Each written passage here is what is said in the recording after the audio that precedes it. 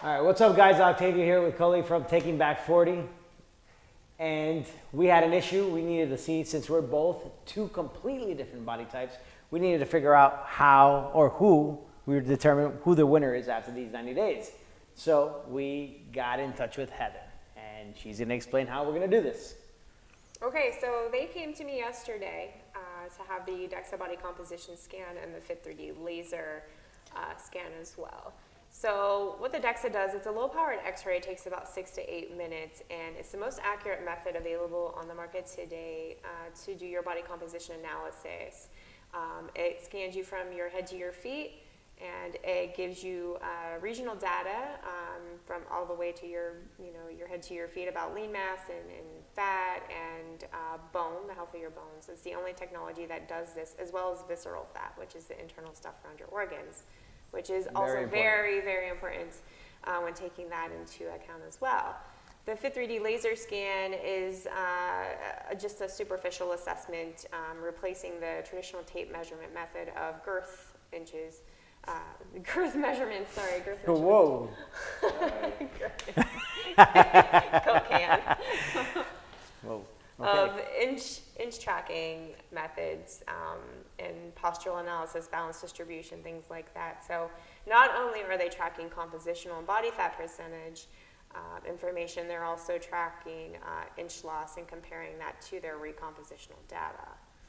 So what we're trying to do is make it as clear as possible how type A and type B is going to look like, and how we're going to compare and contrast after this 90-day process, basically.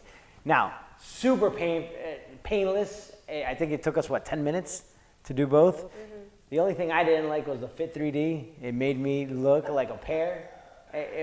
I kind of got sad, but it actually inspired myself and Cully to go work out one more time yesterday. So let's get to the conclusion. Okay, so Octavia, let's start with you.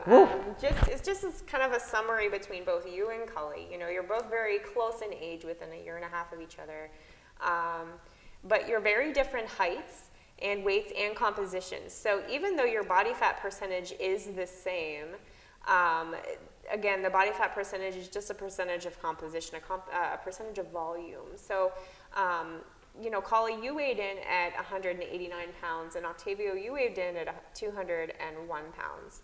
So I've gained in the first week. There's a compositional difference as to what that makeup is, and this is why the DXA is more conclusive than just your scale, because it actually tells you of the 201 of the 189 pounds what is what. So. Okay.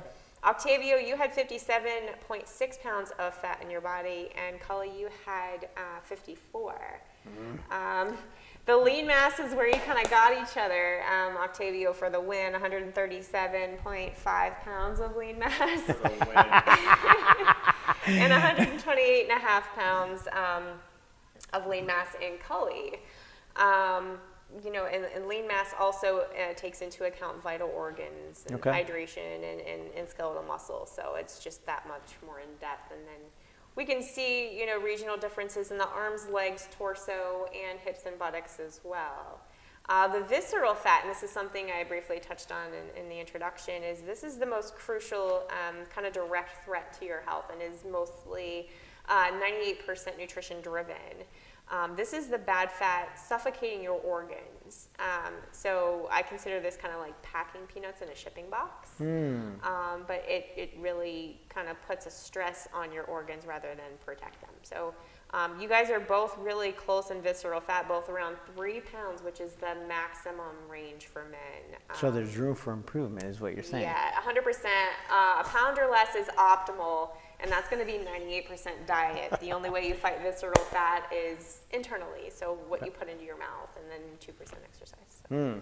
Okay. Both of your bones were in great shape, nice and strong, so no doubt the more lean muscle mass that you build will keep that number up. Fantastic.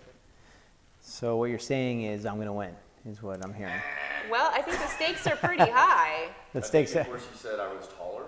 Yeah, yes. You are taller. I can't change that, and I won't grow. But you gotta build some muscle mass, from what I understand from this scientific test right here.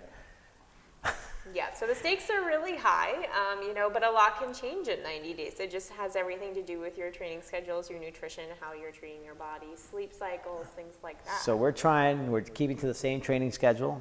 Only thing that we could differ on is cardio. Okay. It's extra. And we are sticking to my Pure Life meals for diet, 100%. And what else are we doing? You know, everybody's in charge of their own hydration. So hopefully we could be, there's not much of a difference in playing field. It's just different body types and how much work we put in and dedication, which I'm going to win 100%. I like the confidence, you know. I always welcome the friendly competition. Wait, who missed the workout this week already? I haven't missed anything. Huh? Oh, but he did 2 a day, right? That's right. I did do it 2 a day. So essentially he made up for it. It just hurts. I didn't see you at the 6:30 this morning, by the way. Where were you? Yeah, that's what I thought. Okay. What do you think is going to be your biggest challenge for individually? Like, what do you struggle with the most out of diet? Right now, after week 1, I think we're suffering. All our injuries are coming out. All the pains, aches and pains are coming in. But reality is just energy, right?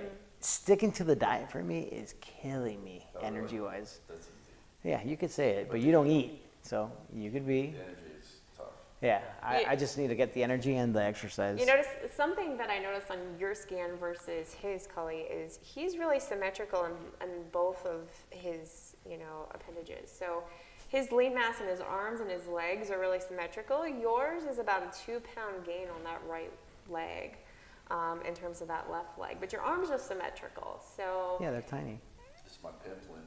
yeah, so maybe, you know, shift a little bit more focus onto that left leg to bring it up, and that's one thing that the DXA does that the other, you know, methods don't, Sort of. is you can see those strength deficits. That's awesome. To finish up, we could only do 4 DXA scans a year, correct? 4 to 6, it just depends, you know, just because it is a low-powered x-ray, you know, my medical director does sign off on it, provide a prescription for everybody who does complete the screening process to book the appointment. But yeah, once every 3 months, about 4 times a year during a transformation is more than enough. But if you're doing challenges, maybe here and there, you know, we'll evaluate for 6, but the Fit 3D you can do as many times as you want. I don't want to do that ever again. So, till after. You know, the truth is a hard pill to swallow. It is. It kind of motivated. I put it in my mirror, so it's. You can't hide from lasers. Yeah. So at the end of this challenge, we're going to be seeing you again, and you're going to take a whole other one, and we'll see. We'll be able to see comparisons. Clear. Yeah. Clearly. Clear comparisons. Clear. Yep. No. Oh, our health coach Jillian pointed the scales one way or another, right? Yes. Well, you know, the scales are only the sum of an object. So That's this is compositional. All right. Well, thank you for clearing that up, guys. Week 1 done. I'm hurting. I'm sore. Thank you, Heather. Appreciate it.